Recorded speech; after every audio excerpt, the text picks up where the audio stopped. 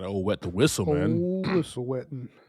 Gotta do it, man. You gotta make sure you're hydrated. And team, if you want to stay hydrated and have something very, very cold, our sponsor of the week is Yeti. Okay, team. A resident gave me a Yeti for Christmas. Him and his wife, they're snowbirds, but they spent Christmas in Canada and came back down and was like, dude, I didn't get you this before you left, Clyde, but here's an old Yeti. Here's an old Yeti. Dude, so he gave me this last Thursday. That's intense. It's been cold since last Thursday. It actually I take one sip of this up. Canadian water daily, and I'm fine. Okay, I am quenched the entire day. Okay, they do something different with that ice up there. Yeah. It's from a glacier. That's the commercial, man. Cut and print, guys. Let's go. Yeti hollered at us for some sponsorship, man. We got you. Yeah. Dude, yeah, but like I have been drinking out of this thing ever since, and that's fine. It's my favorite thing to drink out of now. JV. Yes, sir. What is your favorite container to drink out of? I don't know why I'm asking you that question. Weirdly enough, I said weirdly enough, like a cousin of the Yeti. What's the cousin of the Yeti? I don't. It's not a Yeti. It's just like almost the same. Is it a Franklin? Is that what they're called? Are they called Franklins? I bought it what's weird is I bought it as I was buying like something for my computer at Best Buy. I bought a drinking container while I was there as well. I mean, and it's the same. Buy drinking containers if you're not at Best Buy. Best Buy. Concept like that insulated cup. Pretty good. You get upset at your technology, you just pour the contents out on your technology. Yeah. You know what I mean? Just like, and then take it to the Geek Squad and be like, I don't know what happened, bro. I was trying to play Fallout. I just bought. Trying to play Fallout, and the bit rate got crazy, and I had a headache. My drink spilled everywhere. You know what I mean? So I was moving around, and it was just weird looking. Yeah, I got you. So just getting dizzy now, man. You know what I mean? Yeah. Dude. How was your weekend, brother? Hey, not too much to brag about. Normal, hanging out with the dog. A few home improvements, a little trip to Lowe's, things like that. Ooh, that sounds sexy, dude. A trip to Lowe's. Yeah. Very nice. Very good. Cooked some steaks. Oh, my God. Made a pretty dope Sunday breakfast. So, Love that, dude. I too made a dope. I made a dope Saturday breakfast. Oh yeah, I made omelets. Nice. Little bacon, peppers, onions, mushroom, little garlic. Okay. Yeah, man. Made these like 2-egg omelets, man. That was pretty bussin'. Had some mimosas. You know what I mean? Yeah, but then I was like super busy. Rest of the weekend and stuff like that. So yeah, it was actually kind of crazy, and I'm tired, and I'm catching up with sleep. Kind of sleep deprived. So it's good. I mean, that's not good, but it's good you're catching up. Finally. Good gosh, man, it's been a while. No, dude. Back in the saddle. It has been. It's Monday. A lot of new initiatives at work. The new year brings, change and all that fun stuff. So just trying to get it up and running, man. Just trying to keep the fight going. I'm not in the military. I don't know why I said I'm in property management, guys. There's no fighting. Yeah, you definitely should not be fighting anyone. Yes. They try to fight us at times, but I'm also 6'4", so there's that. Yeah. Oh man, I do have a question for you though, dude. What you got? So like we've been around this before, but like the clip came to me. There's a lot of like Seth Rogen content on my threads and my IG right now. And awesome. The clip came to me because he won for the studio that He won show a that he did for lot Apple for the TV. studio. Yes, fantastic too. Mm. But the scene and Neighbors where him and Zac Efron are sitting on the bench, right? And they're like, "Who's your Batman?" And he's like, Zac Efron's character is obviously Christian Bale. He does the grunt, right? And Yeah. then Seth Rogen's is a little older, so his is Michael Keaton. He was like the cool I'm Batman, Yeah. super cool. So like for you, man, we talked about Spider-Man, but who's your definitive Batman? Because now we got to think about it. We have a lot There's a lot of Batman. dating back to like at least for in our lifetime, not in our lifetime, but like we can even count Adam West because we did watch those reruns, but we were not alive in the 60s. At least I was not. I don't also have a time machine yet. So who's your definitive Batman I've for always, you? I've always just enjoyed that Tim Burton style, real creepy, gloomy Batman of Michael Keaton. Then we get some, Penguin and stuff like that with Danny DeVito and all that kind of weird stuff. I've just always liked that because that one felt super comic book creepy. Like it never felt like a real place. It always felt like when you watch the movie, it always feels like a fake place. Over there where we can't get to.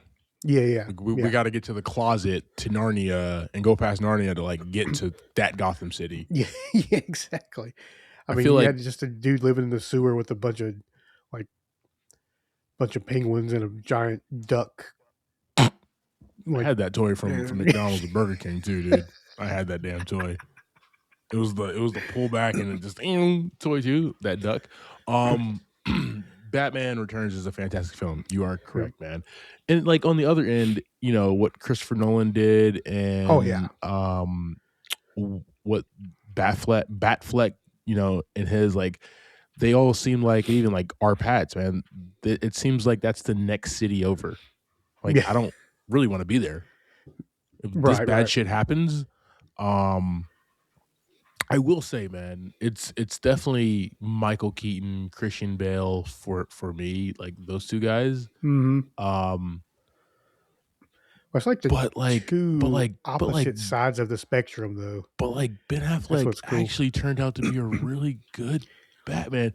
If you watch the Snyder cut of the Justice League, and if you watch him in the Flash, he actually turned out to be a really good Batman. And the George Clooney cut at the end of the Flash too was fantastic. Probably, I don't know, man. It's like when we talk about with Spider-Man, like who is the best overall Bruce Wayne, and then Batman, and then who's like a better Bruce Wayne and a better Batman. Christian Bale is the definitive like Batman in the suit for me. Do I think Michael Keaton's a better Bruce Wayne? Yeah, definitely. He was just cornballish, man. I was say that man just had that charisma about him just as a person in that time of his life. Yeah, dude. But yeah, like Christian Bale, he's the real grit. Like out of all of them, I feel like. But he was just cool, right? He was the guy you could be like, all right, if I'm just get filthy rich, I can go out and have knee problems and stuff too. He was real. Yeah, knee problems is wild. He did. Like he did. He had he had to make himself a super leg. Out of some tech. We have real. There's a guy at the building and he just had like knee reconstructive surgery. So he has like one of those like braces on and he goes like it tightens down. And I'm like, dude, you probably can kick a column right now, can't you? Kick a cement column. Yeah, you can go into some kind of structure underground and just kick a bunch of cement, bro. Yeah. Didn't know you were Batman, dude. Good gosh. Okay. One more question, because this also spawns this. Who had the best Batmobile, in your opinion? Oh, now we just talking cool looking or functional? You know what? Dealer's it's your world, baby. I'm just living in it. Young I mean, Julius. cool. I mean, the coolest one. I mean, gotta be Michael Keaton, man. I mean, that was the coolest ride. Now, functional was probably the Tumbler. Yeah. That version of it. I mean, that thing Except was for like parallel parking, that thing would have been a bitch. Yeah, I mean, you just park on top of stuff with that thing. You just park on top of somebody's Mazda Miata. Yeah, I mean that thing was like a tank just rolling down the road. Yeah, but I mean, yeah. What do we see like with Keaton's Batmobile was, he had the flamethrower out the back, and we saw the shields go up, that kind of stuff. He also stopped and it just did like an about face. Yeah, right. Yeah, that was real. That one's can parallel park like nobody's business. It canopied right too, and went through like a small section to avoid the cops. Yeah, yeah, that's my favorite one as well. As much as I love the Tumbler, and even Ben Affleck's one, right, and Batman vs Superman was really dope, but it was it was sexier than the Tumbler, but it was an all-out war machine. It was an all-out war machine. And that one was fun, but yeah, I'm with you on that one, man. Definitely the Keaton vehicle Batmobile was just sexy, and if I can drive one right now, I mean, if you got enough money, you can drive anything. I would need a lot of gas money, so you got me right. Yeah, we'll take care of it. Put it on the company card. The company card. Declined. Yeah, yeah, I'll do it.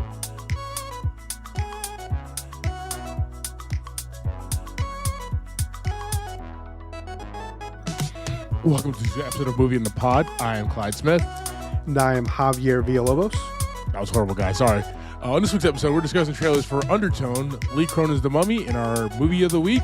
We don't have a Movie of the Week, guys. We got our 2025 year in review. Let's get it, shawty. Awards season.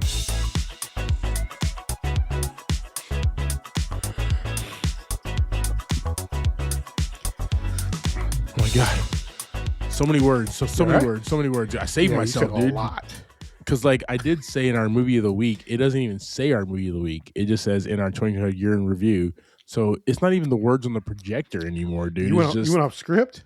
I went way off script. Okay.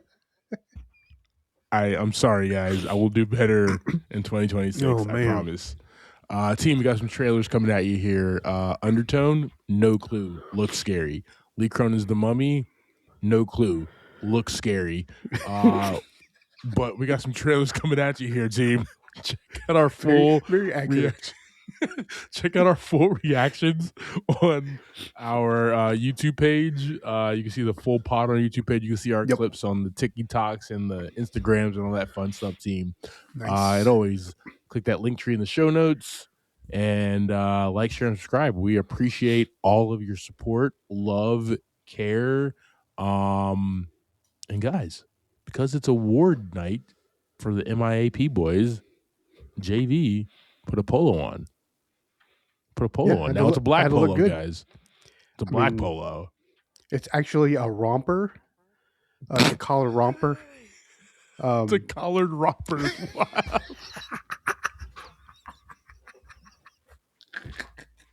You got butt flap? Yeah, butt flap?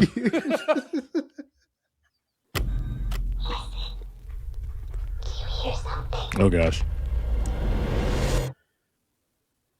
Okay, that was pretty dope. The Undertone Podcast, where we talk about all things creepy. What if she got rickrolled? I'm your in-house skeptic, Evie Babbage, and my believer co-host says he has a real treat for us today. We're listening to 10 mysterious audio recordings from an anonymous email. Oh, hell no. Oh my God. Are you implying there's hidden messages in it? Let me play it back in reverse. Play the next one. Let's find out. It's like The Ring. What is that? I don't like it. Where is that coming from?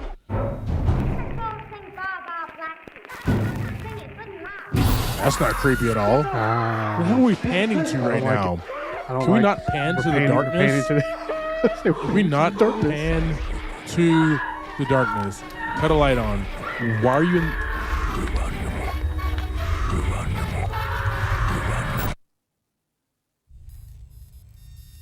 Nah, fam. We should stop listening. Not a fan. Nope, not at all. Not a fan. What if we unleashed something? You did. You did. Put it back in the box. Nope. I like my primal fears to be not held.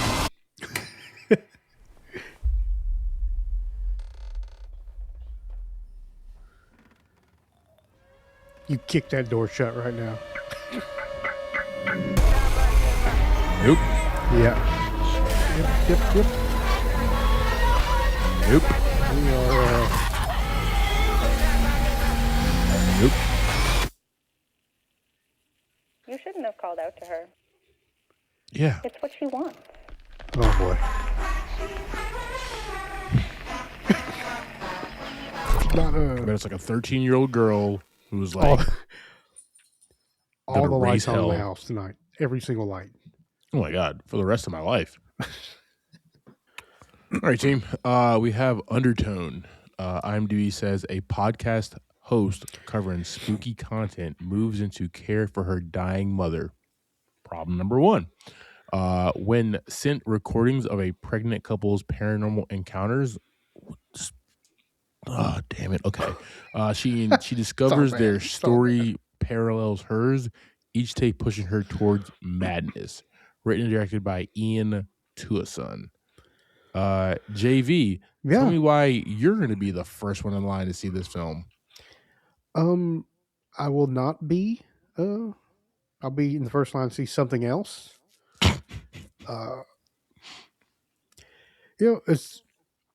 They hit right on the creepy, right? Like this girl's in a house by herself. She's just in an ordinary apartment doing what we're doing right now. And she starts being haunted. You know the difference, though? Like, not a fan. I have a ring light right here. Okay? Yeah. An overhead light. There's a lot of illumination happening right now, okay? I don't pod in the dark. No shadows. No shadows in this room. I know exactly what's going on. The door behind me is locked. Okay? But yeah, they hit on all the creepiest parts, right? Like the stuff creeping up behind her, us seeing things she can't see. Yeah. And then you're just kind of like, well, I can't see behind me on a regular basis, so super creeping me out. Yeah. No.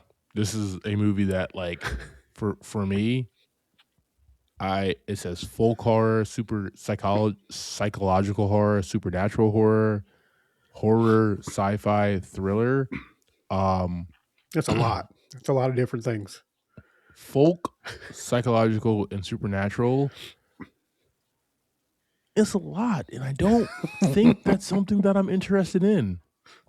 Now, I know, like, what it is, man. Horror is a very easy, like, rinse, repeat. Let's throw some new ideas. What is everybody into these days? Podcast. Yeah. What's everybody doing now? Everybody has a freaking podcast, right? Look at us two idiots. Right? Let's now scare the podcasters, right? Yeah. So we can't have teddy bears, okay? We can't go to the pool, right? Can't go into the woods, okay?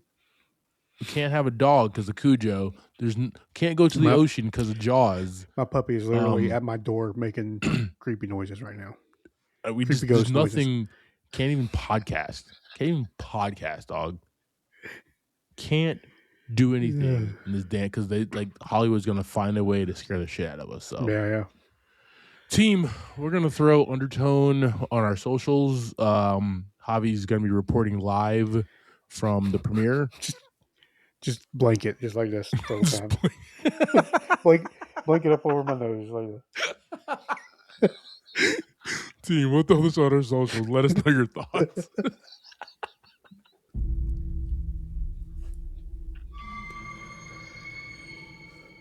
Yep. Mm-hmm. I said this last week many times. Don't bring back a mummy. That's all I'm saying. It's the worst thing ever.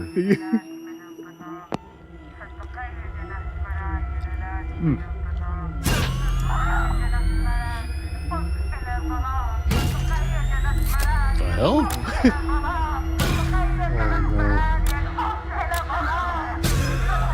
Oh no.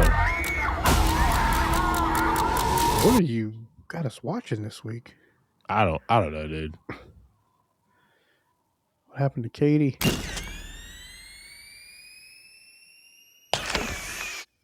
Oh no.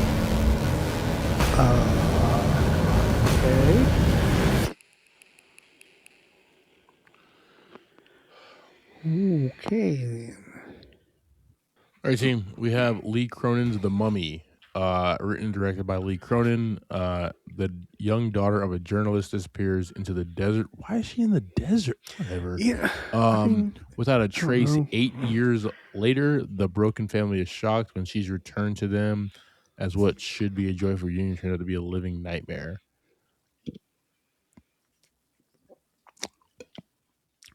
So she just disappears and then just shows back up? Is she the mummy? Is there another mummy? Where's Brendan Fraser when you need him? There's always another mummy. I have a lot of questions. So like this trailer, I mean, there was a little bit of like shock and kind of scare from it. You know, Yeah. This comes from the guys who are best doing the horror today, right? Atomic Monster and Blumhouse. So they're now combined forces a year or two ago to bring us fantastic films. For me, though, I will say The Mummy's never been scary. Like, not even before Brendan Fraser's film The Mummy. Like, out of all of the Universal monsters, The Mummy was like, what are you gonna do, man? I didn't like the bugs. I don't like the bugs that come with the mummy. Yeah, true. Every time there's a mummy, there's some kind of bug scorpion or dung beetle or something like that. Yeah. They just don't move fast. Like the traditional like mummies, like not the one from I'm gone. Yo, man. I got my PF Flyers on, dude. I'm good to go, dog. What the hell you, bruh? I'm in the next I'm on the other side of the street, bro. You still trying to make your way. Mm-hmm. And then too, like, just like fire, right? Like gasoline and fire to take this thing out. I mean, it's gonna be pretty easy. Just like hang out by a gas station and let's see what happens. Like, just bones and rap. That's it. Bones and rap, dog. I just was never afraid. So like this seems like either their daughter is now mummified and comes back to life, or something real creepy like that. If she's like back normal, she's gonna bring this entity with her or something like that. I don't know. Mm-hmm. I will say I'm gonna see this because I do like Lee Cronin and Atomic Monster and Blumhouse films. But this doesn't give me like the chill factor as far as like a movie that like I'm afraid of that I want to see, right? Like Undertone was like, yeah, I'm good. That's just like you're just trying to like make me shit in my pants. Yeah. This one I like where like it's trying to make me shit in my pants, but like I don't. Yeah. You know what I mean? That's a good like Weapons did that, right? I mean, it's good medium level of scared. Exactly. It's a medium level scared here. So I don't know. We'll see, man. I just don't think The Mummy is a scary thing ever. Yeah, I mean, that was a very short teaser, so maybe we'll get a little something more. But yeah, they didn't give you really anything scary in that trailer. Yeah. It was just kind of gross, a little creepy. And then we had and then Tom Cruise fought a hot mummy in 2017. You know what I mean? Like, so I was just sexy. Yeah. I kind of wanted her to take over the world. You know what I mean? Like, hey, this seems amazing. You are hot. I will work. I now work for you. Yeah, there you go. Yes. Clyde, you quit your job? Yes, I'm working for the mummy lady. You see that? Perfect. Team, we're gonna throw the mummy on our socials. I don't know what I'm talking Best about, job guys. ever. Best job ever. Let us know your thoughts, team. Also, what's your favorite mummy movie? Oh. Let's know in the comments. All right, team, we made it. We are here. We have our MIAP awards. We're not really giving out any awards. We're just talking about our top movies, likes, dislike, moving forward, and stuff like that. But you know what? It's our award season, and it's our award show. Damn it! It's our 2025 year in review. Let me explain how this is gonna go, guys. So we flipped a coin before the pod. I won. Javi lost. Off camera. Off camera. So we're gonna go. We're gonna go 10 to 1, and we're just gonna go back and forth, discuss why this is on our list, the impact it's made, and then we'll just keep it moving, guys. And then we'll talk about our top 5 movies that we disliked. And then we'll talk about our top 3 or 8 movies that we want to see, that we're looking forward to in 2026. Yeah, right. All right, team. Pretty accurate. So I'm gonna start off here, man. We have a House of Dynamite, directed by Catherine Bigelow, written by Noah Oppenheim. This was the film about that nuke that was.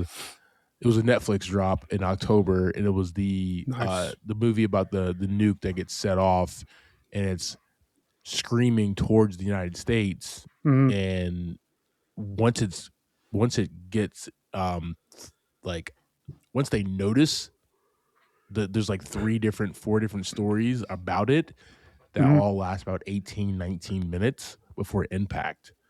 And the different stories around like the team who is like reviewing this, the president, and just different characters throughout this. It's a wild, scary, very now type thing, like who's in charge film. And do we trust who's in charge to like do the right thing? I love this, man. Catherine Bigelow has always been a fantastic writer, director, obviously Point Break. Other films as well that I can't think of top of my head here. Fair enough. But she's just always been fantastic. I appreciate her. And her 2025 political thriller film scared the shit out of me in the best way possible, man. So that's why it's number 10 on my list. What do you got? Nice. Yeah, I'm definitely not going to talk that much into this movie. So my number 10 right now is the Accountant 2. Nice. We watched this. I hadn't seen the first Accountant one. I went back and watched that one. And I mean, Ben Affleck and John Bernthal on screen together was just fantastic. It was, the two brothers. They really were, yeah. I mean, two brothers didn't really see each other, kind of just call each other when they need each other, kind of thing. We travel. We just kind of watch this bond grow stronger. Like they've always been together, and like John Bernthal's character is always watched out for Ben, even though they can both throw hands. Yeah, he's big. Yeah. But yeah, it was just a fun watch, man. I mean, just them two together, their chemistry was really awesome. And going back watching the first one was fun to kind of.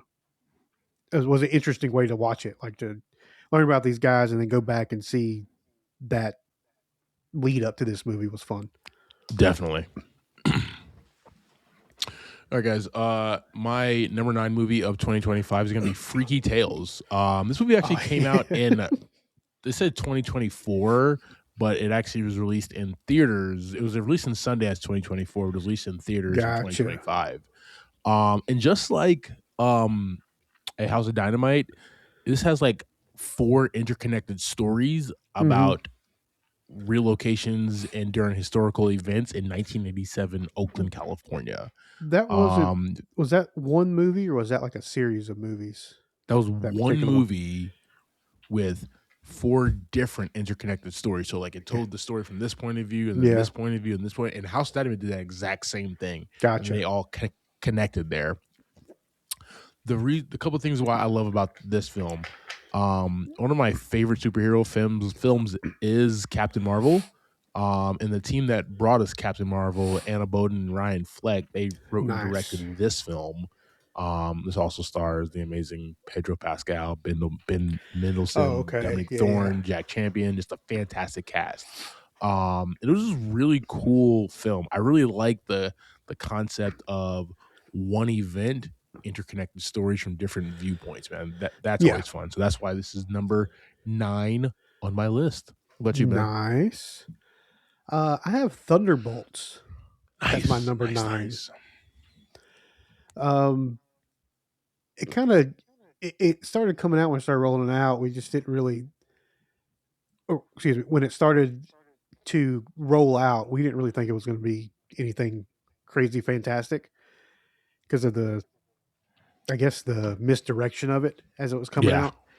But once you get in there and kind of follow these characters we've seen, right? They're not new characters. They're ones we've seen grow and then fall, right? Yeah.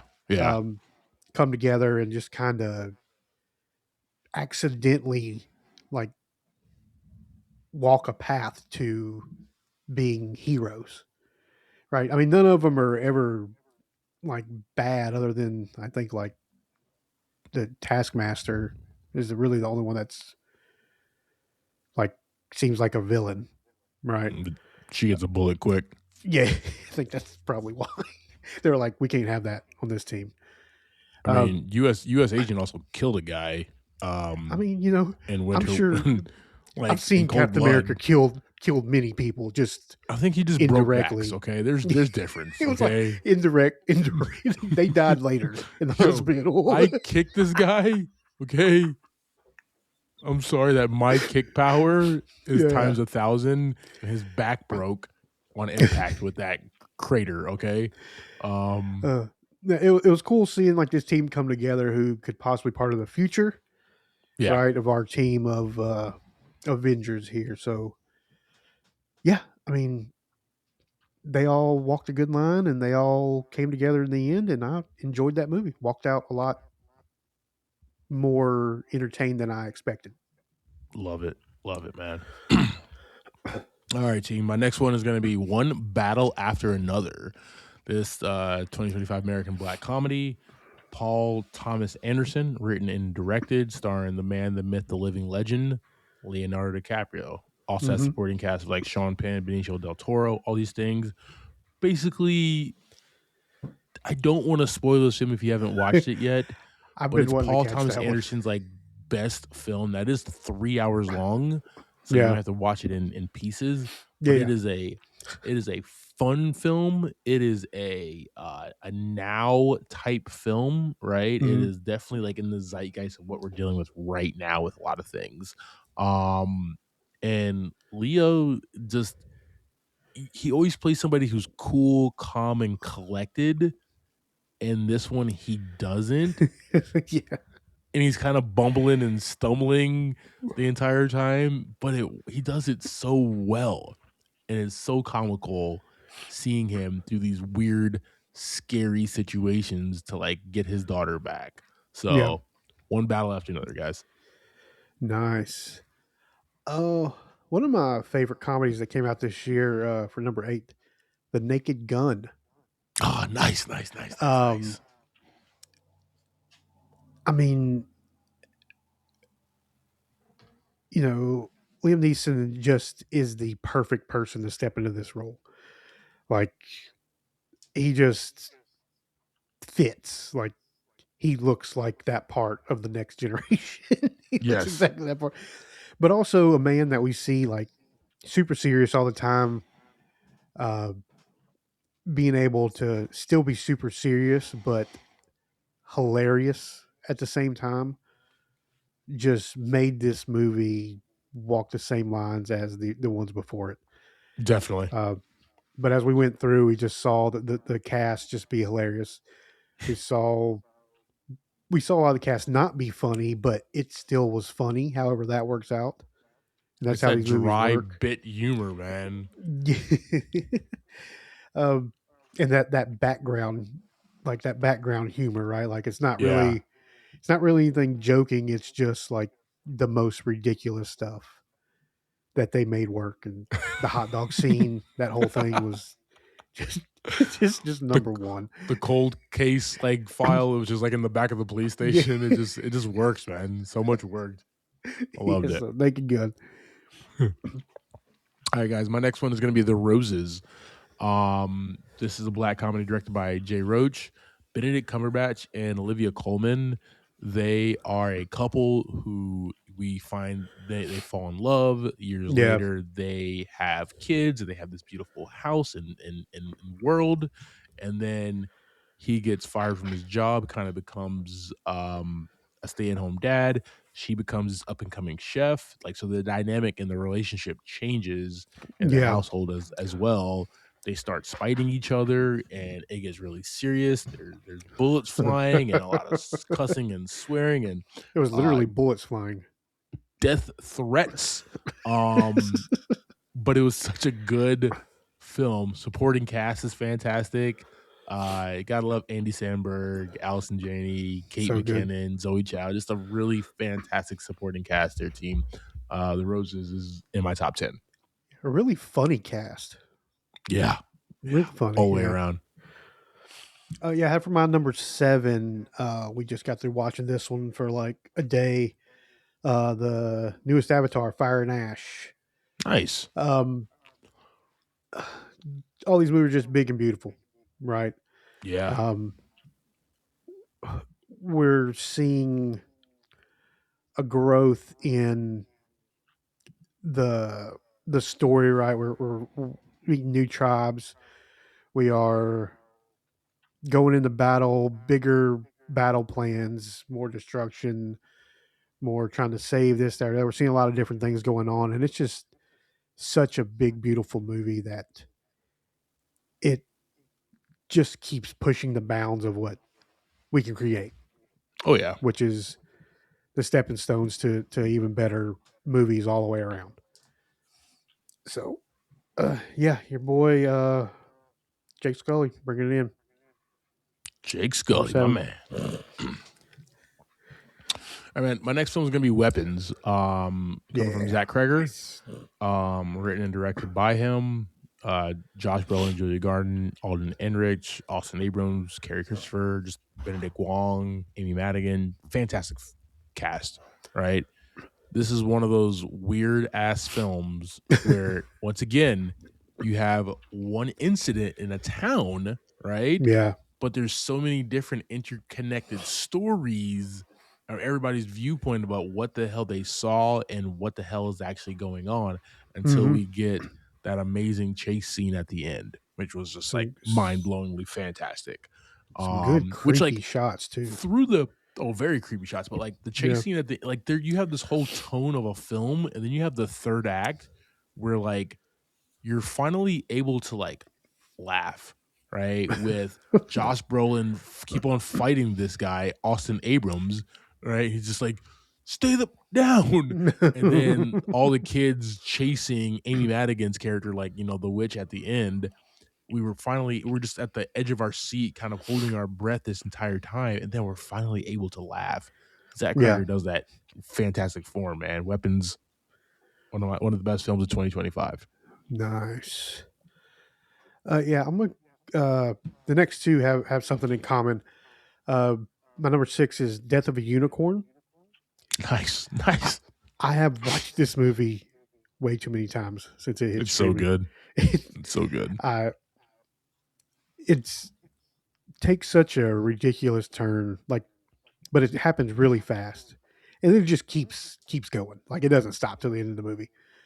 Paul Rudd, Jenna Ortega, the whole cast is really brings you into this world where you can be in this house and be like, okay, what is going to happen next?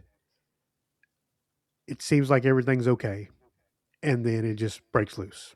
All hell breaks loose in the house. Funny, serious, Yeah. a little emotional, but all in all, a pretty good story all the way to the end. Awesome. The next film, 2025, and it's the only superhero film on my list, which is different because we go ham with those. Superman made my list, man. Okay.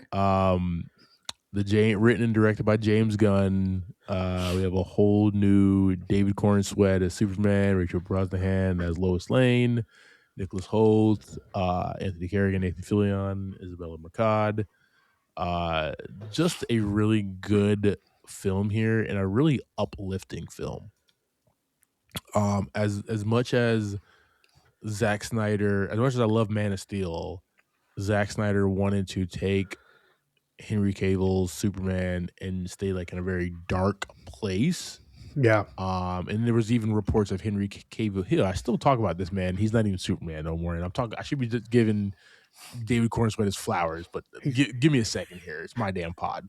Henry Cavill wanted to definitely like lighten Superman and make him like fun and engaging, and there's some levity to this guy.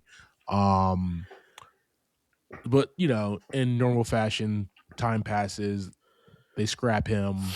We got David Cornsweet, and he brings it, man. He's a different energy.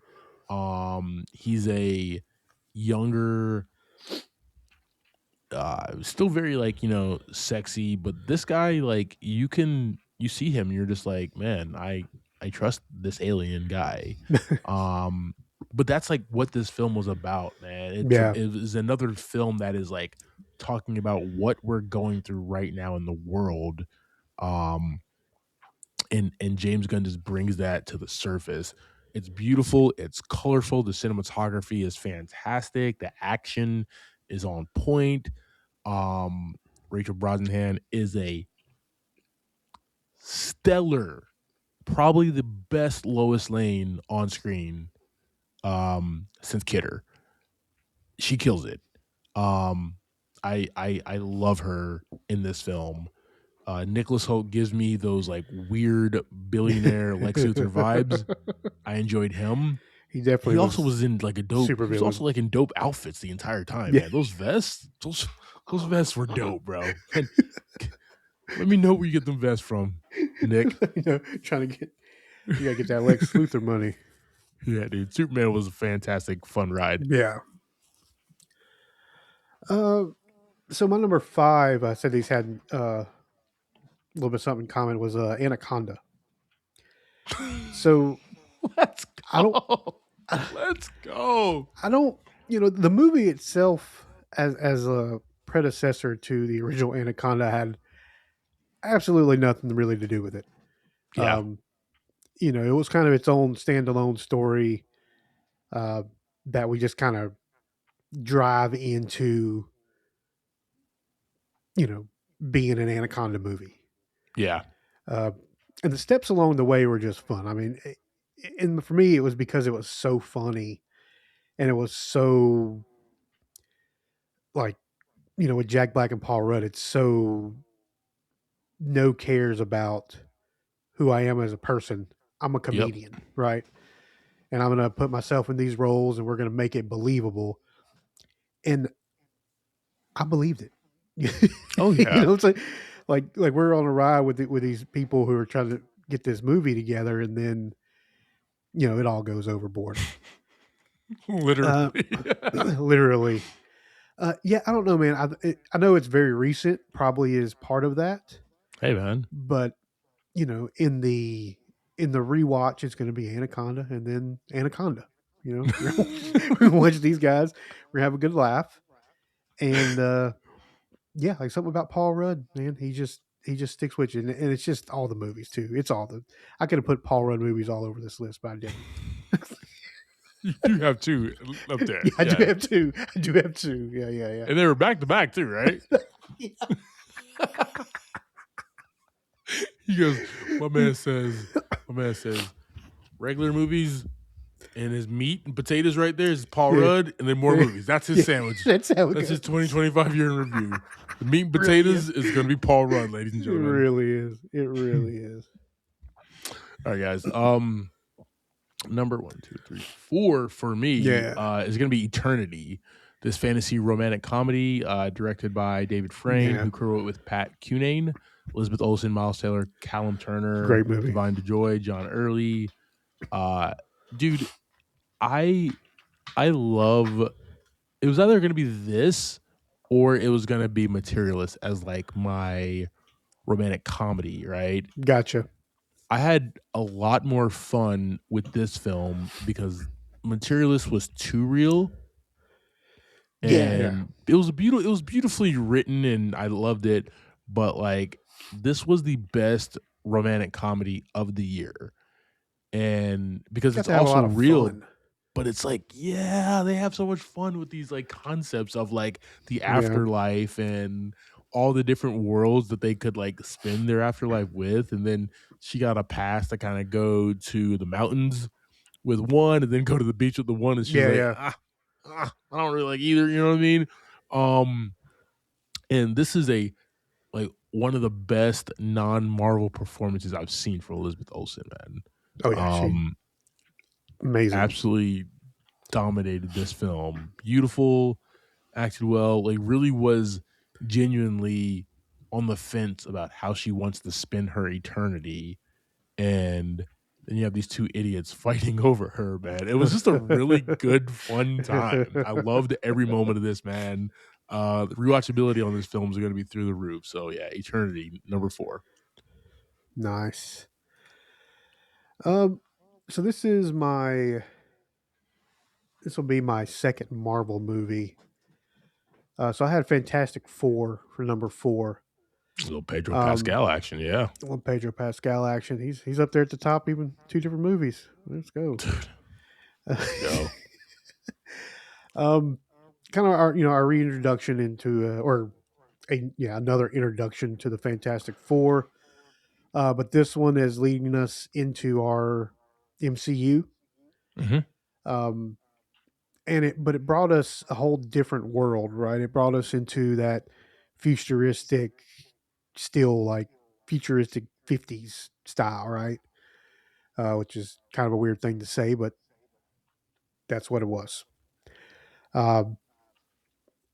The cast, seeing a new actors just playing these characters and really bringing them to life and pushing us to,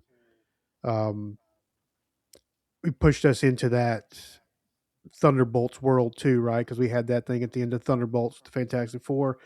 We're pushing into Doomsday, we're pushing into all these other things, and hopefully we have a cast now that is going to be our going forward.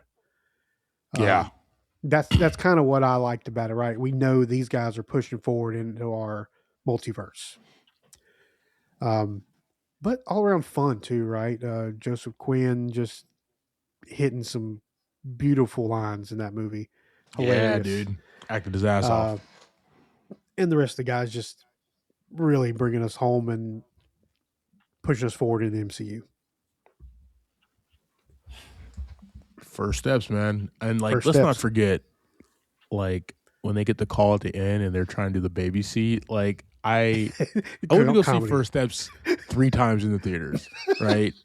I loved it that much. It did not make my list. I have one. There's a lot of good movies this year. Film, you know what I mean? A lot of good movies this year. But I laughed my ass off every single time they're trying to put that damn car seat in the F4 mobile, man. That's just a good time. That just explains like the family dynamic, man. I'm glad that was on your list there. Yeah, and it is that comic book world, right? Yeah. It's not as serious. I mean, well, they are more serious than any of the other ones, I feel like, but it's not as serious of a world. Yeah. Like we get to see they some got kind of weird stuff. Mole Man. They're fighting Mole Man, and they're fighting like apes. You know what I mean? Mole Man's so good. All right, man. My next one, number 3, it's gonna be Frankenstein, Guillermo del Toro, man. I just if you have watched not that. caught, you did. Yeah, I watched it Friday, I think, something like that. Love it, man. So for It this was a good time. film, this is like a gothic horror to like the 10th power, man. This was just a beautiful, disgusting, gross, but like very colorful, man, but like sad and then haunting. Like there was just so many things about this film that I really enjoyed. But the question remains, right?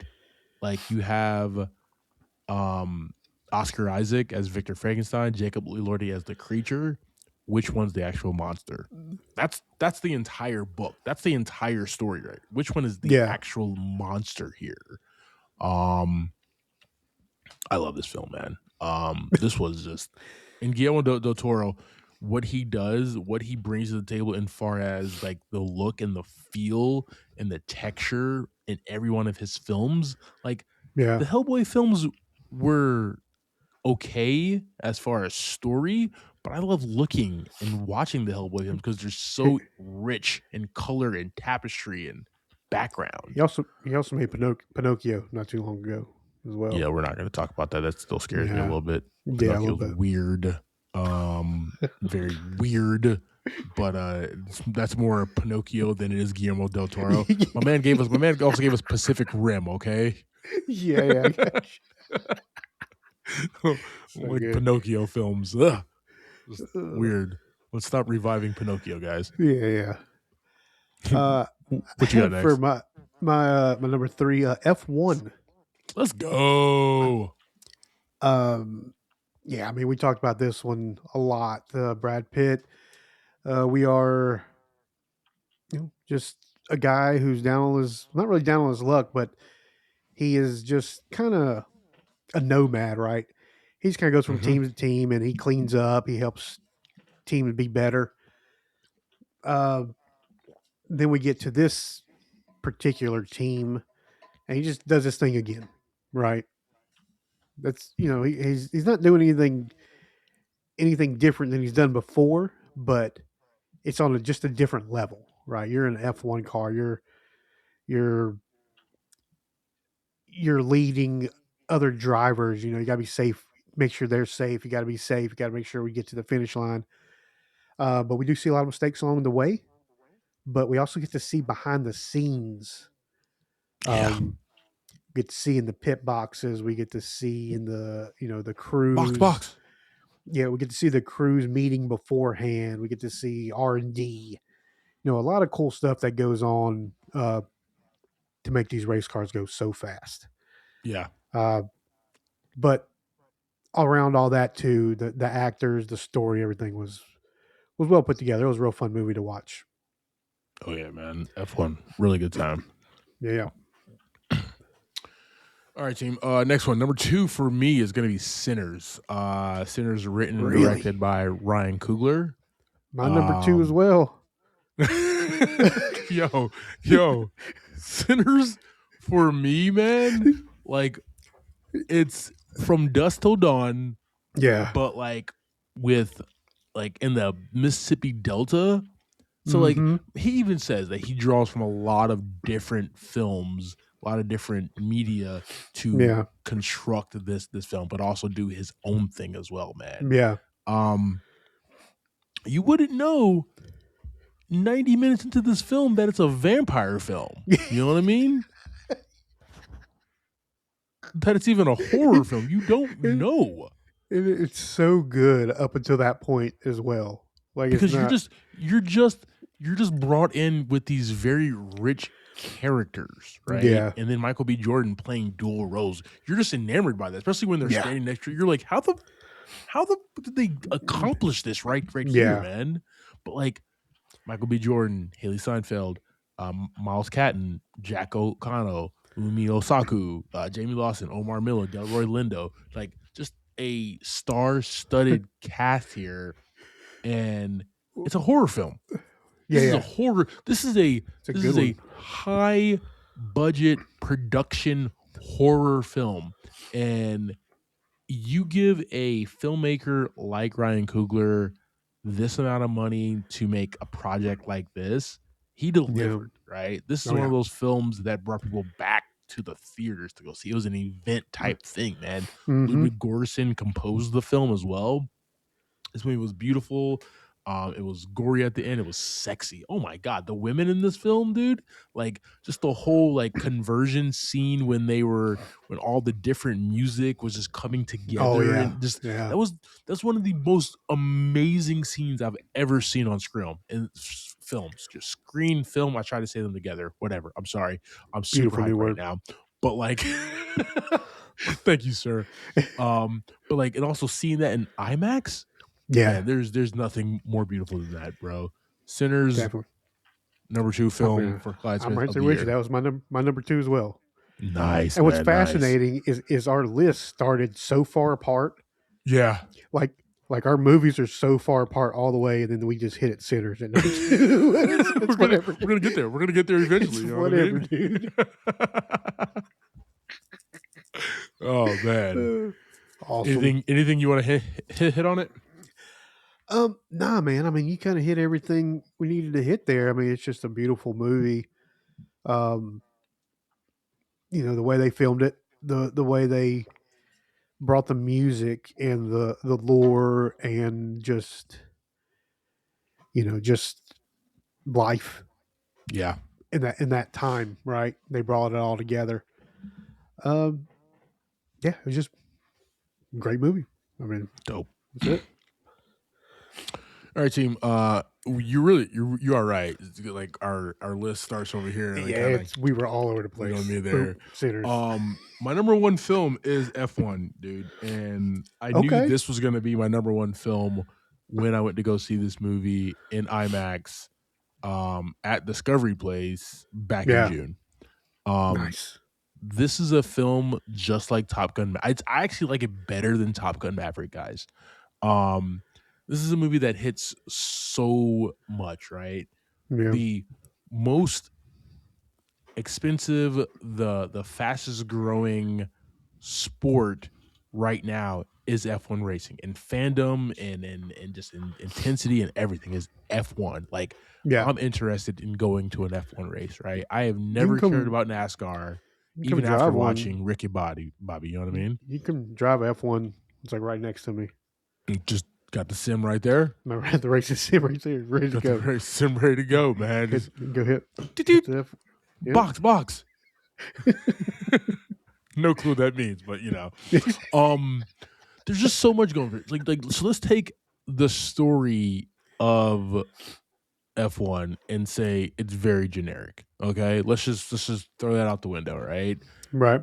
He was a hot shot at once. He comes back and does his thing, and he helps an up and coming racer, in Joshua Pierce. The story's been told in different fashions in different sports and different industries. I understand that, but the beautiful thing about this, man, is how electric and how you feel like you're in that driver's seat with Sonny Hayes, man. How you feel like you're in that driver's seat with Lewis Hamilton and with Joshua Pierce, man. Like, it feels like you are a part of the vehicle, this F1 car, man. You got a screenplay by Aaron Kruger, who single-handedly wrote my favorite Transformers film, Dark of the Moon.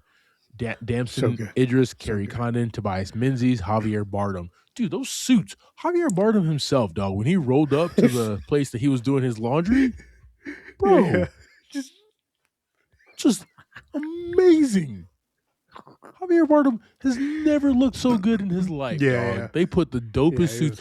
Actually, the last time was 2012 in Skyfall. He was really dope looking in that too. The suits were on point, man. But like the best thing, man, the soundtrack was there. The direction was there. This is just a beautiful film. This is like that. go to the movies, guys, to go see a movie like F1. Like, it's just nonstop fun at every turn, guys. That's my number one film of the year. What do you got, brother? Let's go. Superman is actually my number one for the year. Let's go. You know, I really enjoyed Henry Cavill. Of course, he was awesome. But like you said, he was kind of dark, right? That Superman was getting darker as the movies went by. But James Gunn's really brought like that everyday man out of him. Yeah. Which, like the more I think about like superheroes and watching them, you really need to have somebody who's a little more down to earth. Yeah, agreed. Like, yeah, we know he's Kryptonian, he's, for the most part, undefeatable for the most part. But that's not really fun to watch all the time. I like him getting beat up a little bit, having some struggles, Yeah. having to go see mom and dad, right? Go chill out the farm for a little bit. Sometimes you got to talk it out. You know what I mean? Exactly. Go chill out for a little bit. But he's a different Superman than that one, than the Zack Snyder version, and I appreciate that. And I just like the whole feel of the movie. The light in this character was really brought out in this movie. But we also got Supergirl coming up, so that should be the dark side of it all, from what it looks like. At least the drunk side, right? Yeah. So yeah, Superman number one for me this year. Superman was dope, man. I just want to add on this is the whole scene when him and Lois are arguing. So good. That's just beautiful writing, man, right there. And that explains the type of person that he is and the type of person that she is as well, man. Just fantastic. Yep, agreed. All right, team. That's our top 10 movies of 2025, man. We're going to jump over here to the top 5 we disliked in 2025 here. We flipped another coin during the break, and Javi won. So he's just going to talk about his top 5 films that he disliked the most in 2025. Yeah, I mean, these aren't in any very particular order than the way I remembered them. Yeah.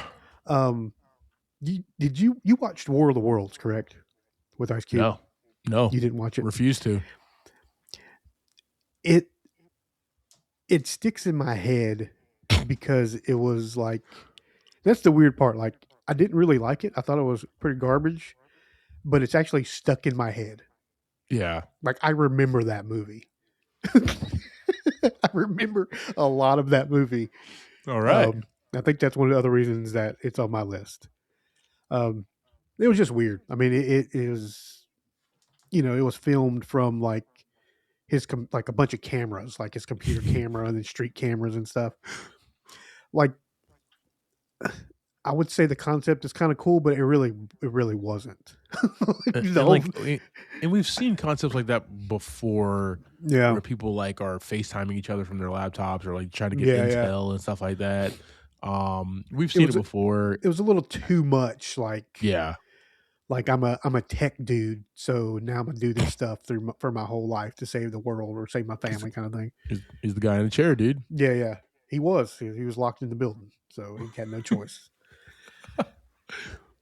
Do you want me to run down this list real fast? Just run run through it, man, and let us know. You remember a little movie called Flight Risk with Mark Wahlberg? That was a very, very unneeded movie. Oh gosh, we're on a plane, hijacked plane. Guys trying to assassinate the guy, Topher. Topher, excuse me. For a long time, just little plane. Little prop plane, dude. It was not fun. It was not fun at all. And then I had this one I don't really hate, but it felt like we were kind of let down. That was actually Captain America: Brave New World. Yeah, man. I was really, really let down by that one because I was looking forward to it so much. Yeah. like I said, it's not a hatred, but we were let down. We were let down because we just finished watching Falcon and Winter Soldier, Yeah. and the same writer who wrote this one, but then like there's a bunch of rewrites and edits, Yeah. and the director had his 2 cents in there, and it was just like, let Malcolm Spellman do what he did Yeah, I mean on film. that series was so good. I know. And yeah, by the time I walked out of this one, I was like, oh man. They just didn't do it justice for us. Yeah. Five Nights at Freddy's 2. We don't need to talk a whole lot about that. I gave it 1 bucket, dude. It was an amusing movie, but it was a terrible movie at the same time. Yeah. And then when I watched recently Playdate with Kevin James and Alan Ritchson, did you watch that movie? Yeah. I love that film, dude. That was good. Dude, that was a horrible movie. It was hilarious. But that movie as a whole was terrible. I put that in my category of like dumb movie that I'm absolutely turning my brain off, and I don't have to think, and I just see fun shit happen across the screen. And when I watched it, I was fine with that. But like the more I think about it, the more I'm like, did you give it a rewatch? I did not rewatch it. Okay, so it's just literally thought back in your mind. Yeah, I know where that was coming from. Yeah, I was just hyped up because it was Kevin James and Al Ritchson on screen, which are funny. But yeah, the movie, it was not a good movie. It was not good at all. I didn't think so. So yeah, that's my 5 right there. Good deal, man. I have Five Nights at Freddy's 2 and Flight Risk are on my list, just the same as yours for the same exact reasons. A Working Man. I mean, I am going to watch every one of these man's movies, okay? But like, you're always. I've been seeing that one. I ain't watching it yet. You always can't be like like an ex Royal Forces Marine who's now just a carpenter, right? Or a beekeeper, you know what I mean? Right? like a construction foreman, you know what I mean? Like, actually, the beekeeper was pretty good because that was actually like his code name. Yeah, that was his code name. But in the beginning of the film, he's handling bees. Like, exactly. So it's really spot on. It's really spot on. So it's just like a network of like ex-special forces that all they do now in their time away from being a beekeeper is keep bees. So if I ever wanted to find out who the beekeepers actually are, I'm attacking all the actual beekeepers first. Now there's going to be a lot of deaths, right? Yeah, people who are innocent and they're not ex-special forces or beekeepers. But I'm bound to kill 1 or 2, right? No, man, I'm just like, I will watch all of his films, but I am hating his films because there's nothing else. He just needs to do like, give me a different type of. Why are you back in action again, dude? Man. You know what I mean? Every one of his films. Every single one. Do you know who I am? Do you know who I am? Good. So good. Happy Gilmore 2, man. It was overhyped. Happy Gilmore 2 was overhyped, and that the one jokes was right on the edge of hitting my top 5. Yeah, and just the jokes didn't land. It just seems like everybody. I mean, it did what it was supposed to do, right? And it was just supposed to. The nostalgia factor, but like, if you're gonna make a film, and I know he doesn't need the money or the acclaim because he just did the movie with George Clooney as well, but like, give us something, you know what I mean? And he even failed to do that. I watched it, whatever, there was a few chuckles, but overall it was just like, that's kind of that's what Happy Gilmore, the first one, gave us, right? It was just a guy fighting for his family. Yeah. It was nothing. There was no super swinging people, no like big party situation. It was just like some dude just trying to get by. Yeah. And that definitely was the opposite of that in this one. They just, exactly, man. Exactly. The last film here on my top 5 dislikes, I'm more disappointed in this film like you are in Captain America, Brave New World. The Old Guard 2 with Charlie Theron. No, The Old Guard is one of my favorite action films from the last 10 years. I absolutely love that film and the concept. They came back with this sequel, and I don't know, man. It's just not good at all. It was not exciting. The action scenes were just blah. Charlize Theron kind of like phoned it in. I heard there was like a bunch of like problems with like the director and the production team and stuff like that. I understand, but like, guys, you're making a movie. Let's make the movie. Get Tom Cruise or Christian Bale on set to yell at you guys to like get your shit together. You know what I mean? Yeah. So yeah, those are my top 5 guys. All right, team. Long pod here, and we're just gonna go ahead and wrap it up here. Sorry for the delay. Javi, if you can, give me your top films you're looking forward to in 2026. I'm not gonna limit to you, man. This is your pod, baby. Not really in particular order, more than probably their release times for the year. Yeah. We got Supergirl, Mandalorian Grogu. Yeah. Super looking forward to that one. Very much. We've got Doomsday at the end of the year. Mm-hmm. Spider-Man, Brand New Day. Damn right. Violent Night 2. We're going to get a Violent Night 2 this year. I knew that was going to be on your list. I knew that was going to be number 2. I'm so excited. We got a franchise. I'm going to watch 2 Christmas movies every year. Violent Night and Violent Night 2. We also got Street Fighter Mortal Kombat 2 coming out. Oh yeah. This year. So those look pretty fun. There's some other ones sprinkled along the way, but those are kind of the big hitters for the year, kind of our follow-ups and things like that. Yeah. I did the assignment and left it to 3, as difficult as this was. The 3 movies. I got Project Hail Mary. Okay, yeah. That's gonna be fantastic with the Goss. The The Odyssey. Obviously, anytime a Christopher Nolan movie comes out, that is is epic. Definitely gonna see that in theaters in IMAX. And I'm really excited for Spider-Man Brand New Day, man. I think we're out of MCU territory, and we're kind of now into I'm Spider-Man by myself.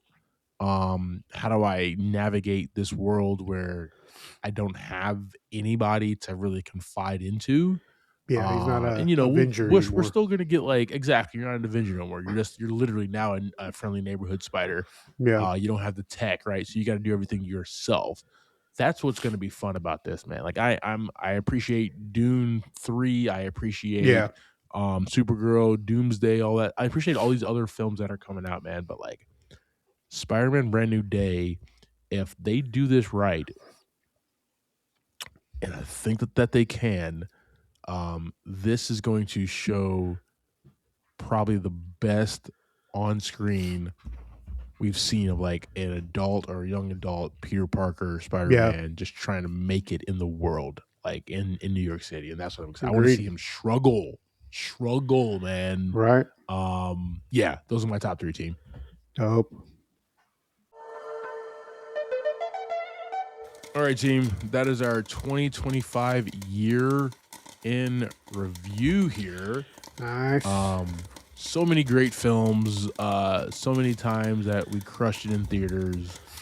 I think me and you only went to the theaters together 3 times.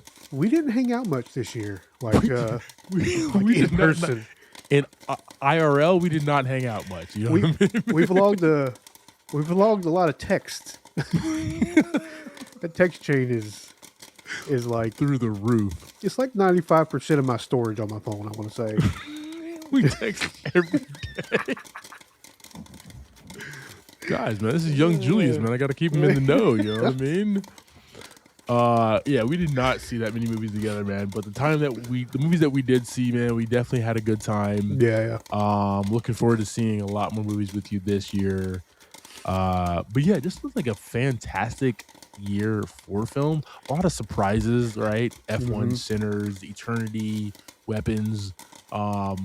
Just a lot of films that you didn't expect to be good or didn't like was not really on the radar. Ended up being really, really good and like hitting the list here, man. I really appreciate that. Do you have any thoughts before we wrap up, man? Yeah, I'm right there with you. We had a good year. We got a great one coming up. Damn right. As well. And I'm looking forward to, this year expanding our universe as we've been working on this year. Yes, sir. Thank you for subscribing to this week's episode, talking through our 2025 year in review. Next week, we'll be discussing the Damon and Affleck team-up film, The Rip. And you can stream that on Netflix. Like always, I am Clyde Smith. You can find me across all socials. I am Clyde D. Smith. I am Javier Villalobos. You can find me across all socials at Mr. J8200. Thanks, guys. Appreciate it. And like always, keep watching, y'all. Oh, yeah.